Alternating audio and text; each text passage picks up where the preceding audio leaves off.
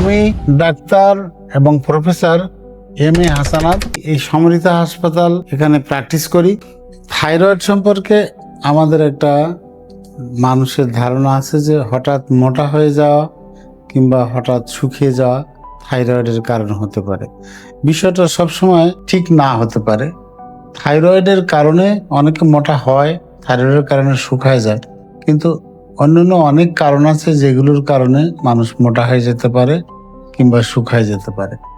যেমন মোটা হয়ে যাওয়ার একটা কারণ মানুষের ডিপ্রেশন, মানুষের অধিক খাওয়া, মানুষের ওবেসিটি বেড়ে যাওয়ার যে সমস্ত উপকরণ আছে, স্থবিরতা, কাজে না যাওয়া, ঘরে বসে সিডেন্টারি লাইফ, তো এগুলোর কারণেও মানুষ মোটা হয়ে যায়।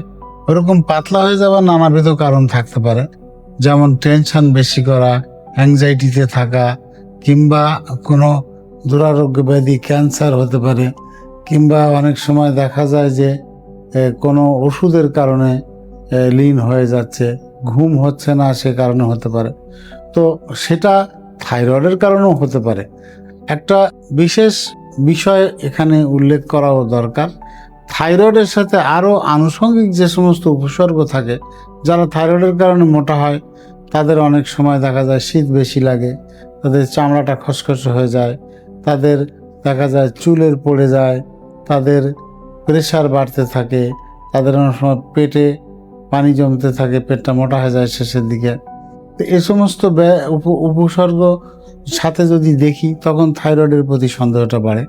ওরকম থাইরয়েডের কারণে যারা শুকায় যায় তাদের ক্ষেত্রে দেখা যায় তাদের ঘাম বেশি হচ্ছে, তাদের অস্থিরতা বেশি হচ্ছে, তাদের চোখের চাহনিতে কিছুটা বড় বড় চোখ মনে হচ্ছে, তাদের প্রেশার বেড়ে যাচ্ছে, অল্পতেই মেজাজ খারাপ হয়ে যাচ্ছে, নার্ভাসনেস বেড়ে গেছে, প্যালপিটেশন হচ্ছে। তো এই সমস্ত মিলায়ে আমরা তখন ইতিহাস থেকে বুঝতে পারি যে ওই দিকে কিছুটা ইঙ্গিত আছে। তখন কনফার্ম হওয়ার জন্য আমাদেরকে থাইরয়েডের বিষয়ে পরীক্ষা করতে হবে। এর হরমোনের মাত্রা যদি দেখি আমরা, তাহলে আমরা বলতে পারি থাইরয়েডের কারণে মোটা হলো কিংবা অন্য কারণে, থাইরয়েডের কারণে শুকিয়ে যাচ্ছে কিংবা অন্য কারণে। তাছাড়াও পাশাপাশি অন্য অন্য জিনিসও আমরা এভালুয়েট করে নিই, যাতে সেগুলো যে না, সেটাও একটা পাশাপাশি আমাদেরকে খেয়াল রেখে সেটাকে প্রমাণ করে নিতে হয়। এইভাবেই শুকায় যাওয়া বা মোটা হয়ে যাওয়ার বিষয়টা। থাইরয়েডের মোটা হয়ে যাওয়া বা শুকায় যাওয়া সাথে ওষুধ খাওয়ার একটা বিষয় আছে। ওষুধ খাওয়াটা থাইরয়েডের অনেকেরই ধারণা থাইরয়েডের ওষুধ শুরু করলে এটা আর বন্ধ করা যাবে না। থাইরয়েডে যারা মোটা হয়ে যায় বেশিরভাগ ক্ষেত্রে এরকমই কিছুটা সত্য যে তারা থাইরয়েডের যে কারণে তারা মোটা হয়ে যাচ্ছে সেটার মেন কারণ হচ্ছে হরমোন নিঃসরণ কমে যাচ্ছে থাইরয়েড গ্ল্যান্ডে, যার ফলে এটা সাধারণত সারা জীবনই সাপ্লিমেন্ট দিতে হয়। তবে থাইরয়েডে এমনও হয় যে টেম্পোরারি কিছু সময় দেখা যায় থাইরয়েডের এটা ডিপ্রেসড হয়ে গেছিলো, আবার এটা 6 মাস 8 মাসে রিভাইভড হয়ে যায়। সেটারও বোঝার কতগুলো পরীক্ষা আছে, সেটা দিয়ে বুঝতে পারা যায়। সেক্ষেত্রে আমরা রুগীটাকে ফলো আপ করতে থাকি, অল্প ডোজে হরমোন দিয়ে শুরু করে আবার আস্তে আস্তে ফলো করি। যদি দেখা যায় রিকভারি না হয় তাহলে এটা হরমোনটা কন্টিনিউয়াস খেতে হয়। এটা সত্য যে যাদের একবার শুরু হয় এরকম, তাদের হয়তো লাইফ লংই খেতে হয়। আর উল্টাটা হচ্ছে যদি কেউ শুকায় যায় কিংবা থাইরয়েডের হরমোন বেশি নিঃসরণের কারণে, সেটা টেম্পোরারিও হতে পারে, যেটাকে আমরা বলি সাব অ্যাকিউট থাইরয়েডাইটিস, বা অল্প কোনো ভাইরাল কারণে বা ব্যাকটেরিয়াল কারণে গলা ব্যথা হলো, পার্শ্ববর্তী টনসিল, এগুলার ব্যথা থেকে পাশাপাশি অবস্থানের কারণে থাইরয়েডেরও দেখা যায় ইরিটেশন হয়। তো টেম্পোরারি কিছু হরমোন রিলিজ হয়, সে কারণে হয়তো 1, 2, 3 মাস এরকম শুকনা হয়ে যেতে পারে, কিন্তু এটা আবার রিকভারি হতে পারে। রিকভারি হলে তখন আর ওষুধ হয়তো না খেলেও চলে, তবে ফলো আপে থাকতে হয় 1-2 বছর পরে পরে, কারণ এদের অনেকেই অটোইমিউন প্রক্রিয়া ডেভেলপ করে পরবর্তীতে দেখা যায় যে মোটা হয়ে যাওয়ার প্রবণতার দিকে ঝুঁকে যায়, যখন হয়তো আবার উল্টা থাইরক্সিন সাপ্লিমেন্ট খেতে হয় লাইফ লং। এটা একটা সাইড গেল থাইরয়েডের। থাইরয়েডের কিন্তু অন্য অন্য রোগের ধরনও আছে, সেটা একটু আলোকপাত করা দরকার। যেমন থাইরয়েডে অনেক সময় দেখা যায় ক্যান্সার হতে পারে, অনেক সময় গোটা হতে পারে।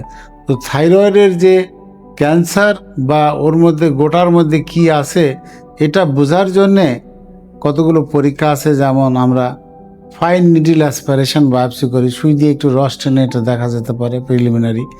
তাতেও যদি আমাদের সন্দেহ থেকে যায় বা আমাদের মনোপুত না হয়, তাহলে আমরা ওই নডুল থেকে একটু সেই ডিসেকশন করে বায়োপসি করতে হয়।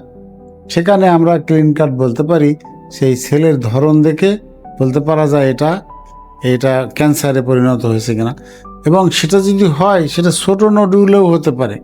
এমনকি অনেক সময় থাইরয়েডটা ফোলা আছে, মনে হচ্ছে তেমন কিছু হবে বলে মনে হচ্ছে না, তারপরেও দেখা যায় এফএনএসি করে হয়তো খারাপ সেল আসতে পারে। সেক্ষেত্রে আমরা এটাকে ফেলে দেওয়ার কথাই বলি। এবং বিশেষ করে যখন কোনো ক্যান্সার এরকম হয়, এটা আমাদের অপারেশনের টেবিলের পাশেই অনেক সময় আণুবীক্ষণিক যন্ত্র দিয়েও দেখে নেওয়া যায় যে এটা আশেপাশে কতটুকু ছড়াই যাওয়ার সম্ভাবনা আছে, সেটা দেখে ক্যাটাগরি করা হয়। অনেক সময় সমস্ত থাইরয়েডটাই ফেলে দিতে হয়। সেসব ক্ষেত্রেও কিন্তু সারা জীবন বাকিটা থাইরয়েডের হরমোনের সাপ্লিমেন্ট করতে হয়। আর ফেলে দিয়েই শুধু শেষ না, সেখানে ফেলে দেওয়ার পরে এটা রেডিওথেরাপি দিতে হয়, রেডিও আয়োডিন থেরাপি দিতে হয়, বছরে বছরে ফলো করতে হয়। একটা থাইরোগ্লোবিউলিন বলে মার্কার আছে, সেই মার্কারটা দেখেও ট্রেস করা যায়। এমনকি যদি সন্দেহ হয় এটা শরীরের বিভিন্ন জায়গায় ছড়াতে পারে, তাহলে বোন স্ক্যান, হোল বডি বোন স্ক্যানও করে ভেরিফাই করতে হয় বছর 1-2 বছর পরে পরে। তো সেটাই থাইরয়েডের এক একটা অসুবিধার এক একটা লক্ষণ এবং এক একটা ধরন এবং তার চিকিৎসারও প্রকারভেদ আছে।